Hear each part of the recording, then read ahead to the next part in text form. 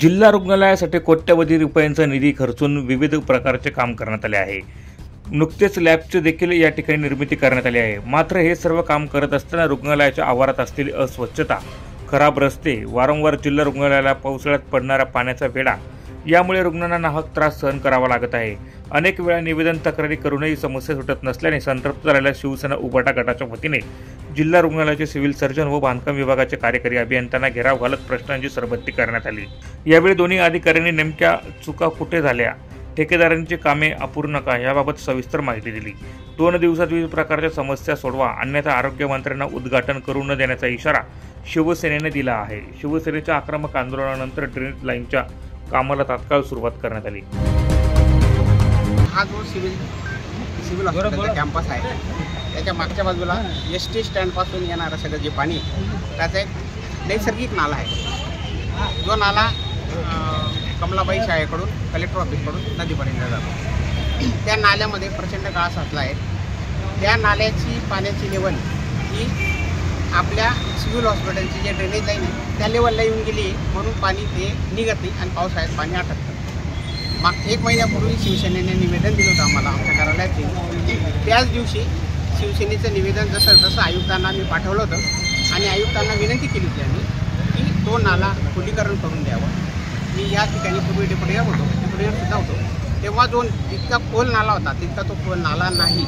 तो नाल्यातला गाळा जर काढून दिला तर पाण्याची व्यवस्था, पाणी सुरळीत ड्रेन होऊन जाईल। या संपूर्ण परिसरातली ड्रेनेज लाईन एक 10 वर्षापूर्वी महाराष्ट्र जीवन प्राधिकरणाने केलेली आहे आणि त्याचे चेंबर आहे ना जागोजागी आहे। प्रत्येक चेंबरमध्ये पाणी जायची व्यवस्था आहे आणि ते पाणी त्या नाल्यात निघून कितीही पाऊस आला तर 10 मिनिटात ते पाणी त्या नाल्यात जाऊन नदीत जातं। तो नाला चोकअप असल्यामुळे ते पाणी जातं।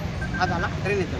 7 ते 8 महिन्यापासून जुन्या जिल्हा रुग्णालयाच्या संदर्भामध्ये महिला रुग्णालय असो किंवा इतर सुविधा असो याच्या संदर्भामध्ये शिवसेना उद्धव बाळासाहेब ठाकरे पक्षाने वारंवार सिव्हिल सर्जन साहेब असतील किंवा बांधकाम विभागाचे अधीक्षक अभियंता पाटील साहेब असतील यांची भेट घेतलेली आहे। वेळोवेळी त्यांना इथल्या समस्यांबाबत या ठिकाणी जाणीव करून दिलेली आहे। या ठिकाणी शिवसेनाने निवेदन दिल्यानंतर ते निवेदन आयुक्तांकडे आर पाटील साहेबांनी पाठवलं, पण त्याच्यानंतर आयुक्तांकडे फक्त निवेदन पाठवलं।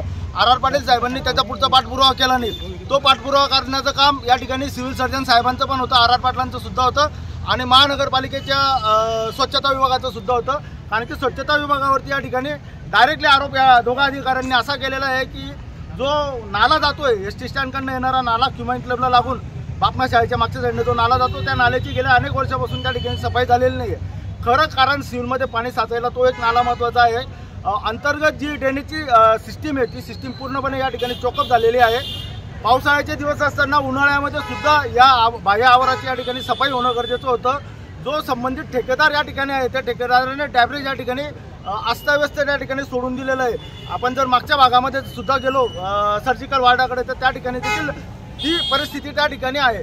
शिवसेना उद्धव बाळासाहेब ठाकरे पक्षाच्या वतीने गेल्या 2 दशकांपासून अत्यंत संवेदनशील असलेल्या या विषयावरती आम्ही आंदोलन करतोय, पाठपुरावा करतोय। मध्यंतरीच्या काळामध्ये युतीचं शासन असताना कोट्यवधी रुपये आम्ही शिवसेना पक्षाच्या माध्यमातून दादा भुसे पालकमंत्री असताना या सिव्हिलसाठी आम्ही त्या ठिकाणी मंजूर करून घेतले।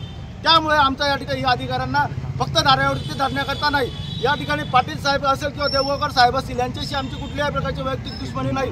पण या ठिकाणी आतलं इन्फ्रास्ट्रक्चरचं काम जर एकीकडे देवगावकर साहेबांनी चांगलं जर केलं असेल तर बाहेरच्या इन्फ्रास्ट्रक्चरचं काम या ठिकाणी PWDचं आणि महानगरपालिकेचं आहे। तर आता आमची ग्राह्य धरून लवकरात लवकर हा बाह्य परिसर जो आहे तो स्वच्छ करून आम्हाला अत्यंत अत्याधुनिक अशा पद्धतीचा करून द्यावा ही नम्र विनंती आम्ही पुन्हा एकदा करतोय आणि जनतेसाठी करतोय। आणि विशेष महत्त्वाची गोष्ट अशी आहे की या ठिकाणी देवगावकर साहेबांचं जेवढं कौतुक करता येईल तेवढं कमी आहे, आर पाटलांचं देखील जेवढं कौतुक करता येईल तेवढं कमी आहे। आंदोलनामधनं अधिकाऱ्यांशी वादविवाद हे होत असतात, त्याच्यामुळे साहेब तुम्हाला दोघांना विनंती आहे की तुम्ही या आंदोलनाच्या माध्यमातून जनतेकरता आलेलो आहे। तुमच्या दोघंही डिपार्टमेंट आहे, पब्लिक सेक्टरचे डिपार्टमेंट आहेत, त्याच्यामुळे तुम्हाला देखील आमचं म्हणणं त्या ठिकाणी ऐकून घ्यावं लागेल आणि येणाऱ्या दिवसामध्ये या जिल्हा रुग्णालयाकरता जे काही करता येईल ते आम्ही करायला तयार आहोत। या संदर्भामध्ये जर आरोग्यमंत्री आणि येणाऱ्या दिवसामध्ये या जिल्हा रुग्णालय यावेळी शिवसेनेचे जिल्हा प्रमुख अतुल सोनवणे, उपजिल्हा प्रमुख नरेंद्र परदेशी, महानगर प्रमुख धीरज पाटील, निंबा मराठे, भारत मोरे यांच्यासह शिवसेनेचे पदाधिकारी मोठ्या संख्येने उपस्थित होते। प्रतिनिधी सुनील निकम, माझा महाराष्ट्र न्यूज, धुळे।